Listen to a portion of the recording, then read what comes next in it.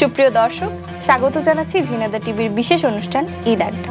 আমার মনে হয় সময়ের সাথে সাথে সবকিছুর পরিবর্তন ঘটে। সো ছোটবেলায় একরকম আনন্দ ছিল, বড়বেলার আনন্দটা আলাদা, দুইটাই সুন্দর। কোন টাইমটা আপনার বেশি ভালো কাটে? অবশ্যই পরিবারের সাথে, তবে ঈদের দিনে কিছু পর্ব আছে আর কি। আমার মানে কিভাবে মনে হলো যে গানের সাথে আমি জড়াই বা গান নিয়ে ইন ফিউচার কিছু করি? কারণ সঙ্গীত পরিবারের একটি মেয়ে। আমার পরিবারে এমন কেউ নেই যে গান গাইতে পারে না। আরে 12 মাসে 13 ফুল ফোটে আর বছরে ফোটে, হোলা সই না যায় যমুনার জলে।